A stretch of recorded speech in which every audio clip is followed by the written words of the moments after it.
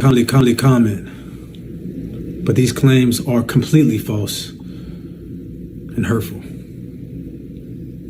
I stand against all forms of harassment, and I remain supportive of anybody following their dreams. I've always strived to live my life in a positively impactful way, and that's why I sit here before you deeply offended by these defamatory claims. God bless.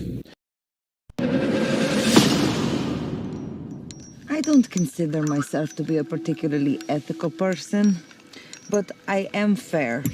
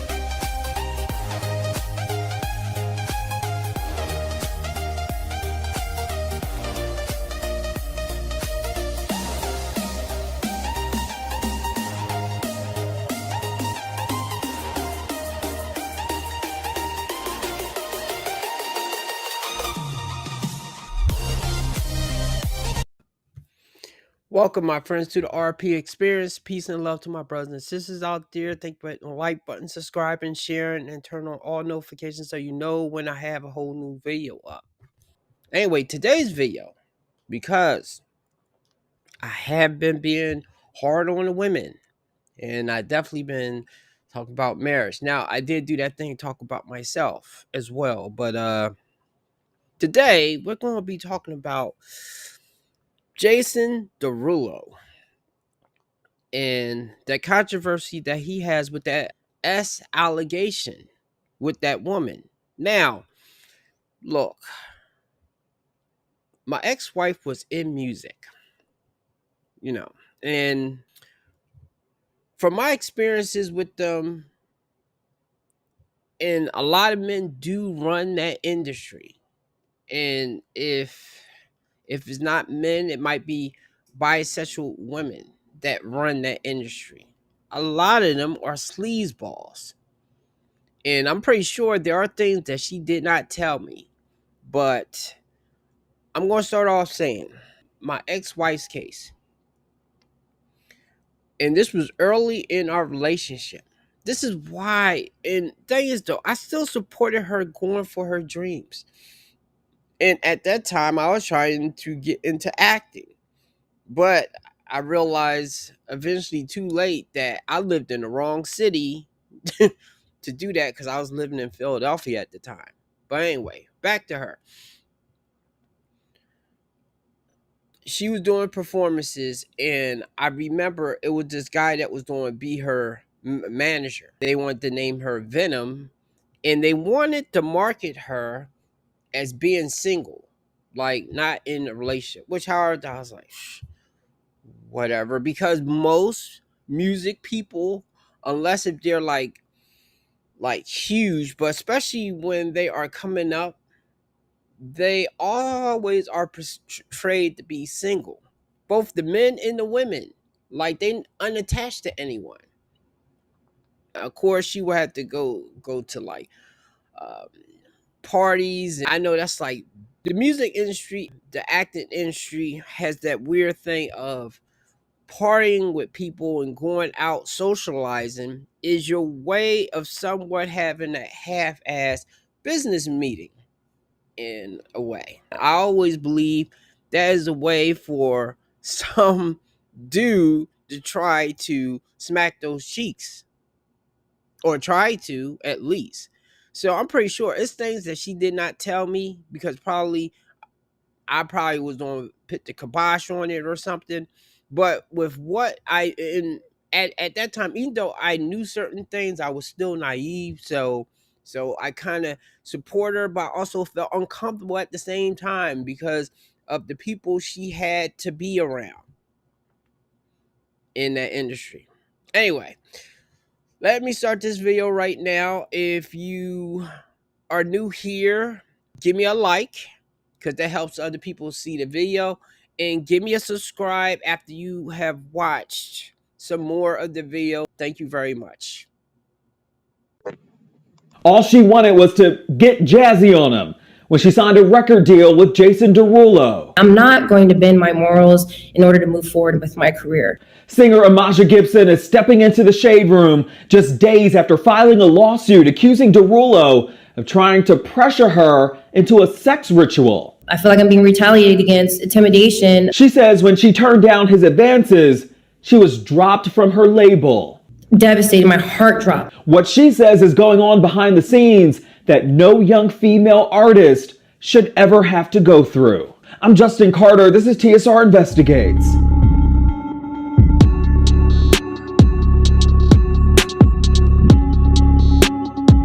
EMAZA GIBSON is no stranger to the music industry. She was signed to Roc Nation in 2017 along with her sisters, but when the group broke up, her popularity as a solo artist, it took off. And it was around the same time she met pop recording artist Jason Derulo. The two, they kept in touch. And then 4 years later, in August 2021, she was signed as the breakout artist on a new joint venture that Derulo secured with Atlantic Records. EMAZA finally got the break she dreamed of. So she thought. I felt like this was like destiny for me. Destiny unfulfilled. GIBSON says that she was elated when she got chose by Jason Derulo to be the first female artist for a new project with the label he owns, Future History, and Atlantic Records. Was there a flirty relationship between you two? I've always tried to keep a professional setting with everyone, especially with men in the industry, because we all heard those stories. This is something, like I said, I've been wanting to do since a little girl, and no one gets taken serious if you're just out here trying to take things beyond a professional level. Her contract said that she'd be given an advance payment of $150,000. Later, they generate a budget to curate her first album and market it. They will produce and distribute a mixtape within 4 months and a full album 6 months after that. Also, her first single would have Derulo as the featured artist. She says the terms were standard, and the studio sessions began November 2021 at his studio in Tarzana. He was Ubering me, so they were from like 9 p.m. to like 2 in the morning, those sessions. And that's when GIBSON says things went left. But with those sessions, he started to text me saying like, oh, are you gonna have a drink with me? And I told him I'm not a drinker. And he wanted me to go out to dinner with him. According to the lawsuit filed in Los Angeles County Superior Court, Derulo, quote, assured her that he would arrange for an Uber to take her home. She says Derulo did pressure her to drink with him once before. I know when you don't accept an offer, people can get offended. So I took a sip of the drink, but I let him know that this was at a large amount of alcohol. It's super strong. And he took a sip of the drink and he had confirmed it was super strong. She declined to drink any further. Something compelled me in a session with him to tell him, say, hey, I'm not going to bend my morals in order to move forward with my career. And he responds with, oh, well, you might have to do goat skin and fish scales. And this is in front of his engineer, and I froze because I don't know what that means. I only know that fish scales is related to cocaine. I've never done cocaine in my life. And the goat skin, I didn't know what that was. So when I told my mom about it, we did some research. I found a couple articles, and it was relating back to a Haitian culture ritual of a sex ritual. And Now, this is why I believe that she may be telling the truth, because who would come up with something like that? It's like, I never heard that term. Of course, though, I'm not that culture. So, and I'm not sure if she's that culture, but she had to research it. Either way, I believe he really did say this. Now, look, I know there's men that watch this channel. We know that there are bad dudes out there. This is why sometimes I don't want to meet my heroes, not my heroes, but my sports athletes that I admire, or celebrities, because I'm afraid they will disappoint me, because even though they do something very well. When I meet them, I may not like them. Sacrificing a goat and, with blood and everything. And that's something I'm not willing to do in order to move forward. The lawsuit defines the ritual as a Haitian reference, referring to, quote, conducting sex rituals, sacrificing goat blood, and doing cocaine. It claims the, quote, manner and timing of such a statement meant that Derulo was demanding sexual acts from EMAZA in order for Derulo to fulfill his role as her mentor, supervisor, and musical collaborator. This explicit demand for sex in exchange for success was reinforced through Derulo's subsequent behavior, end quote. Gibson says that she brushed it off and began preparing for a big meeting with Derulo and top executives at Atlantic Records in New York City. When it was time to go to that meeting, I was alerted by him seconds before getting out the SUV that there's going to be another artist by the name of Rosa joining us in the meeting. And I was under the impression that the meeting was for me because he told me I was going to be the first artist signed to his label. And then when it was time to showcase her music, she was showcasing a record that was promised to me. She says she was blindsided and confronted Derulo in the car after the meeting ended. Turns his head, what does she have to do with you? We weren't going to tell you anything. We don't have to tell you anything. And I'm just frozen in the back because I'm by myself. I don't have my mom here. I just need to get back to the hotel room. And actually, I believe her right here. See, I know I'm biased in this because I was somewhat in that world to see sometimes how they do. But with my ex-wife, it was another, well, I think he was a manager producer because he did stuff for Eminem. Shh. I'm not even going to say the dude's name. But anyway, that guy, when me and my ex-wife started having money problems. Now, I'm pretty sure she did not say the whole conversation, but the fact that he said this, I don't think she was lying about. He said like, well, maybe you should do stripping or like dance on a pole or something. So, I mean, and that really hurt her and she was upset about it. And of course, though, those music people always makes promises to you. Well, a lot of them, not all of them. Remember, don't do extremes, Antoine. A lot of them will make promises to you, false promises, and then pull the rug out from underneath of you. Like either say that you are the person they want to concentrate on, then turn their attention to somebody else that maybe they like better, or maybe that person is dancing more to their tune or something. I mean, from that point on, she vowed only to conduct business with Derulo and her manager present, which is her mother, Sandra Bales. Months went by. She says that she was itching to get back in the studio, but Derulo and his manager, Frank Harris, had stopped answering her calls and messages. She says she started paying for her own sessions at a studio elsewhere until she finally got a hold of Derulo, and they set up a session on June 7th, 2022. I let him know that I was on my way. I got my videographer. There was a lot of traffic. She admits that she was an hour late. She says that President Biden was in town, which snarled traffic. And as soon as I step inside the building, he comes charging towards me, yelling at me to the point where I had to step back with my right foot. And I put my hand on my chest because I was just so shocked at this man charging towards me. If I would have stood with my 2 feet in front, he would have bumped into me. And he just kept on going. Who do you think you are as a new artist? You're supposed to be here before me, and just embarrassing me in front of all of his staff. And there was all men there, and everyone was just quiet. And then after that, he tries to give me a hug, and I turn away and run to the bathroom, and I go and cry. His engineer had to go in and comfort me, saying, it's okay, it's just tough love. That's not tough love. You could have pulled me to the side. Why did you have to make a scene or even just invade my personal space to the point where you're going to hit me? She spoke to him. 3 months later, she received a phone call from Derulo's team that she was being released from her contract. Devastated. My heart dropped when I heard that because I was like, I'm not asking to be released. I'm asking to release my music. She claims they wanted her to be happy. No one complained about my performance. No one complained about my execution on these records. I was constantly told I was a superstar, and you guys agreed on putting a single out. Now I'm being released. Attorney Nima Rahmani is president of West Coast Employment Lawyers, who are representing EMAZA Gibson. We're looking at two different types of sexual harassment. The first is the retaliation against EMAZA. She chose not to have sex with him, and that was her choice. She can't be punished for that, which is what Jason tried to do.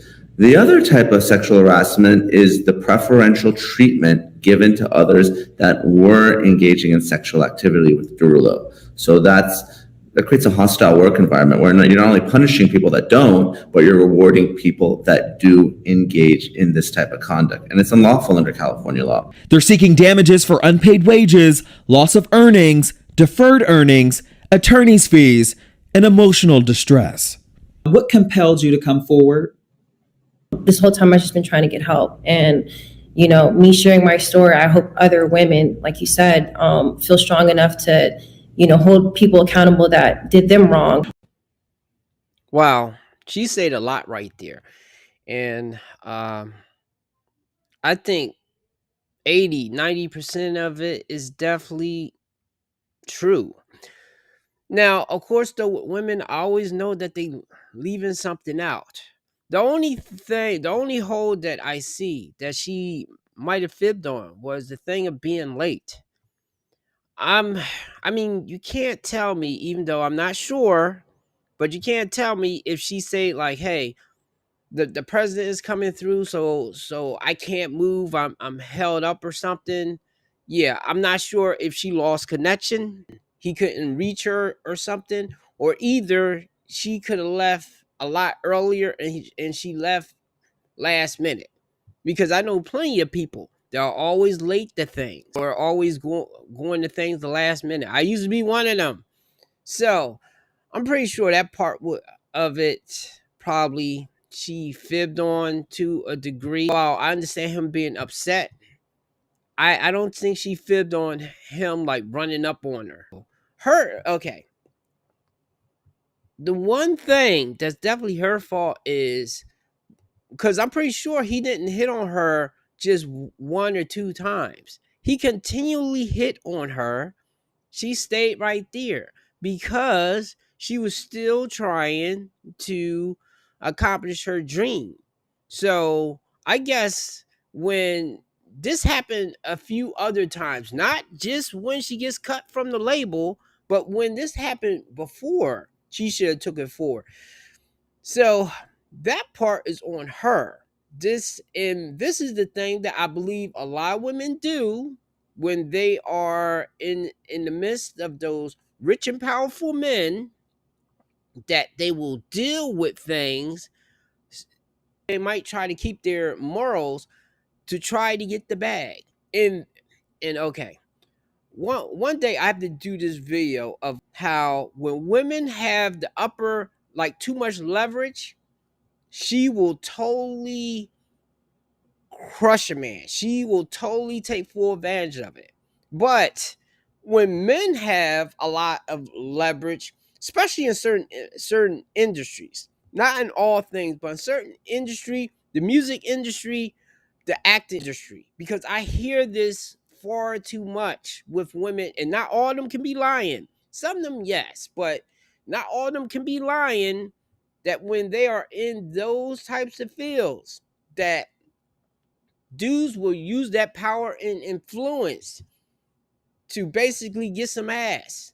And the women, because they are trying to get to a certain level, they will either join the party or tolerate it. So I will say, if you are a woman and this is happening to you at work, job, music, it's not going to stop. If he's doing it, it's not going to stop. So either you give in or you leave and try to get some evidence to totally wreck them, if that's the case. So anyway, and remember, on this channel, I try to be fair. I just try to definitely put out the man's perspective, because for far too long the women has had the mic and has been able to rain boulders on men. You know, and men have just took it. I'm tired of being silent, so now I have to say something. In this case right here, I think this dude is wrong. So you can put down in the comments if you think he done it or if you think she's lying. Like, if you have some information that I don't have, because I could be wrong, but I'm going by my experience with a person that I once loved, her experiences in the music thing, and my light experiences with the acting thing. So I'm taking that anecdotal evidence right there, my personal experience right there, and putting it on here with what she said, that it kind of looks like the dude done fucked up. So anyway, give me a like, subscribe, and thanks again for the new subscribers. Remember to turn on your notifications, and have a great day. God bless.